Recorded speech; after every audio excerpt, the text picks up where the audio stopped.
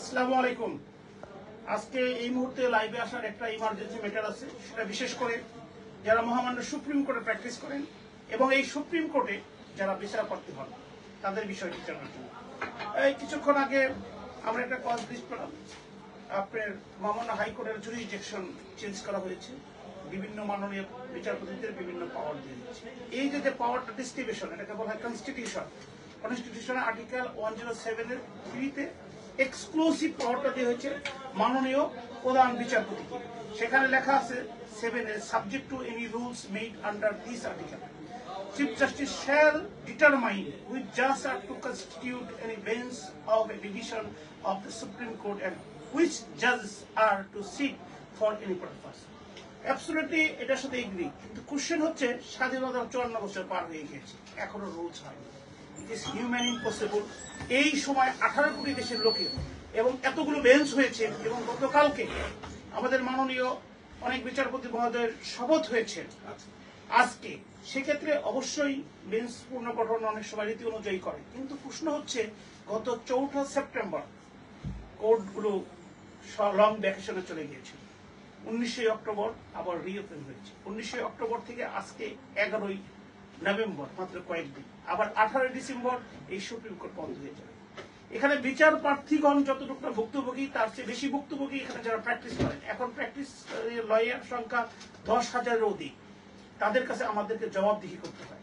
এখন আমরা বিভিন্নভাবে এই 19 অক্টোবর কোর্ট খোলার পরে বিভিন্ন অবস্থায় দাঁড়িয়ে সিরিয়াল ধরে বিভিন্নভাবে আমরা মোশনগুলো জমা দিয়েছি।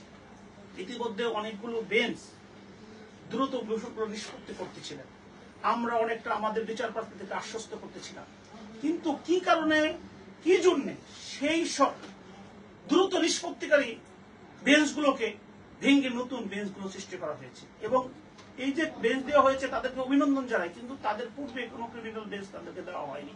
একটা জিনিসের সাথে মানানসইতেও একটা সময়। এখন এই যে 18 ডিসেম্বর আবার কোর্ট বন্ধ হয়ে যাব, এখন যদি কোশ্চেন করি, আমি এখন সাধারণ লয়ার, এটা করে চলি, খাই, বগুলার নিয়ে চলি, মানুষের পাশে দাঁড়াই, আমরা যদি ডিসপোজক না করতে পারি, আমরা কিভাবে আমরা তার পরিবারগুলোকে মেনটেন করবো?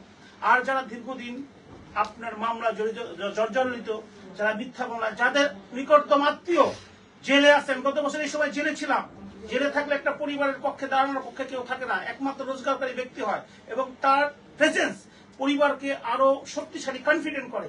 এই যে এই মুহূর্তে বেঞ্চগুলো ভেঙে দিল, আমরা লয়াররাই এই ভুক্তভোগী বিচার প্রার্থীদের কি বলবো, আর আমরা কিভাবে আমাদের সংসার মেনটেন করব? এই জন্য আমি বিনীতভাবে সমস্ত লয়ারদেরকে বলবো, যেখানে আমাদের বার ইনএক্টিভ, যেখানে আমরা অন্যায়ের প্রতিবাদ করলে আমাদের বারের বর্তমান ভারপ্রাপ্ত যে সম্পাদক আছেন, উনি তার লোকজন পাঠিয়ে সেটা বন্ধ করার চেষ্টা করেন, সেখানে বার আপনাদের জন্য কিছু করবে না।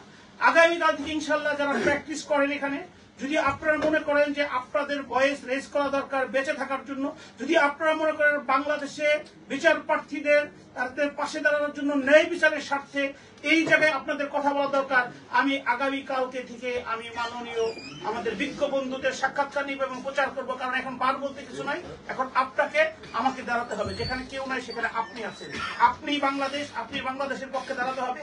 তা না হলে যে ফেসিস্ট পালিয়ে গিয়েছে, যে বিচার ব্যবস্থা তারা করায়ত্ত করেছিল, যেটা তাদের নিজের স্বার্থে ব্যবহার করেছে, সাধারণ মানুষ কিন্তু এখন মনে করছে আমরা হয়তো আগেই ভালো ছিলাম, এখনকার অবস্থা মনে হয় আরো খারাপ। এই প্রশ্নের উত্তর যদি আমরা মোকাবেলা করতে চাই এবং যদি সুন্দর বাংলাদেশ করতে চাই, মানুষের পাশে দাঁড়াতে চাই, ন্যায় বিচারকে নিশ্চিত করতে চাই, তাহলে আমাদেরকে ন্যায় বিচারের স্বার্থে কথা বলতে হবে। সকলকে ধন্যবাদ, ভালো থাকবেন।